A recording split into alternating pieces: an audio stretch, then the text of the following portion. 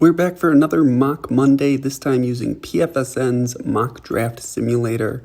At pick 1 at number 10, I think it's pretty simple. If the big four, Bailey, Ruben Bain, Caleb Downs, and Arvell Reese are off the board, I think the Bengals should move down, this time only acquiring current picks for the sake of the mock, and I love what I watched from Caleb Banks' tape out of Florida. The big DT, I like the idea of Kenyon Sadiq, but Banks is the pick here, 6'6", 330, a mammoth of a human being with a surprisingly quick first step, setting up a second-round pick where I love the idea of taking Emmanuel McNeil-Warren. I did it in the last mock. I'm doing it again.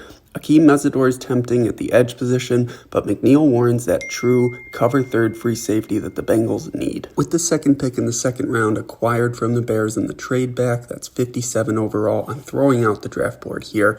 I would think about Jacob Rodriguez out of Texas Tech. I think it's a little early, but I'm going to look at the edge position where Gabe Jacas is still available, the 6'3", 275 defensive end from Illinois who racked up 11 sacks this year, 27 in his career. He fits the Bengals mold, size, and weight-wise. I think he'd be a great pick if they were to acquire more in the second. Next, I'm taking Jacob Rodriguez. I don't care if it's high. He is an absolute baller. He finds the ball at 72. I'd be super happy if Rodriguez was still on the board. With the Bears' third round pick, number 89 overall, I've already addressed all levels of the defense, which allows the Bengals to prepare for the future a little bit and take the best player available. In my opinion, that's Logan Jones out of Iowa. The pure center ranked 4th and 9th in the past 2 years in PFF individual grades.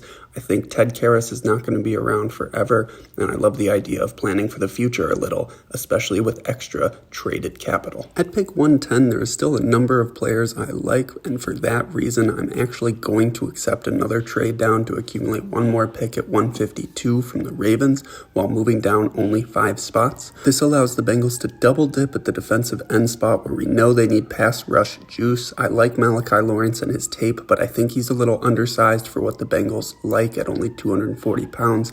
Therefore, I go with Derek Moore out of Michigan, who weighs around 260 and is another double-digit sack producer this past year. With the acquired round 5 pick of 152 from the trade down with the Ravens, I was hoping someone like Bud Clark would fall here. He got selected just before this pick, but this mock draft has Dalen Everett falling far further than he will in real life at 6'1", 190. He's a real outside corner that will probably go in the top 3 rounds.